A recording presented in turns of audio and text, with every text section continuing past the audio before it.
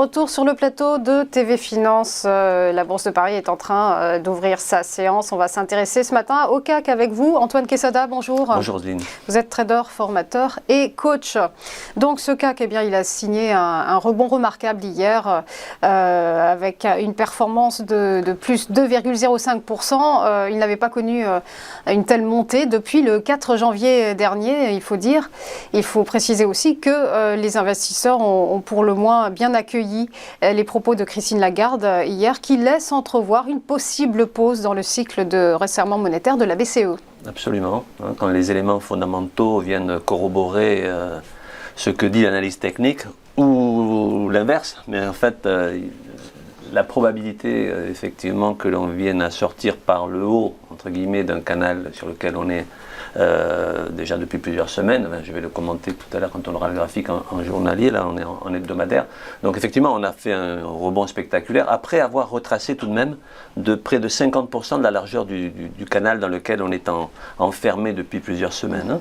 Donc, mais effectivement les propos rassurants ont permis au marché de faire cette...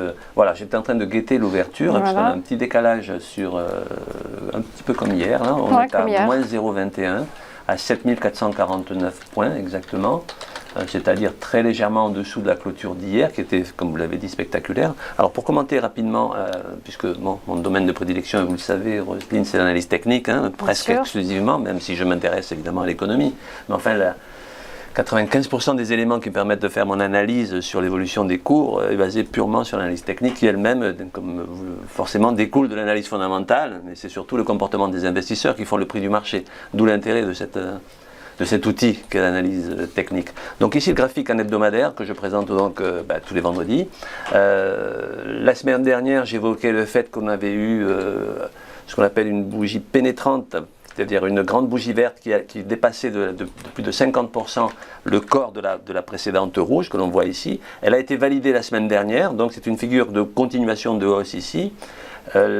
Sur la dernière bougie qu'on a ici à droite, donc la bougie de cette semaine, on a ce petit corps à la hausse avec cette longue mèche qui a correspondu effectivement à ces deux belles journées, deux grosses journées de retracement qu'on a connues il y a quelques jours à peine.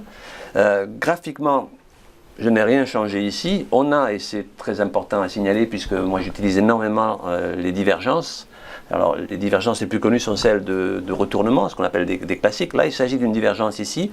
Donc le segment qui monte, vous le voyez, sous la courbe des prix, donc sous les barres des chandeliers, donc en rouge il est haussier, alors qu'à la verticale, sous l'indicateur, sous le stochastique, il est baissier. Donc c'est ce qu'on appelle une divergence haussière cachée. Cachée, c'est le nom qu'on lui donne, alors qu'elle n'est pas plus cachée que les autres, comme je le dis souvent.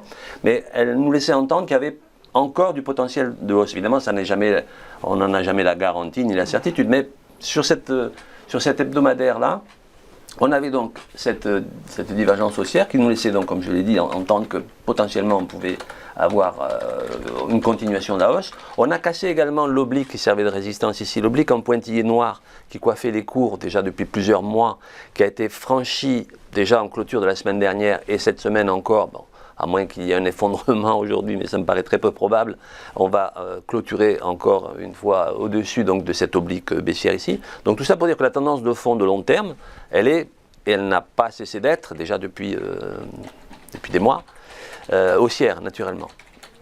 Alors si on se met en chandelier japonais journalier, donc à plus court terme ici, donc...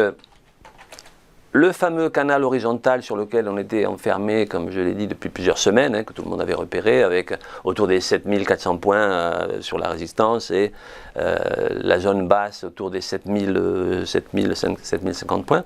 La semaine dernière, déjà, j'évoquais que la probabilité d'une sortie par le haut de ce canal me paraissait assez forte. Il fallait pour autant, et ce n'était pas gagné, clôturer au-dessus de 7426 points qui correspondaient à la partie haute de ce milieu de canal.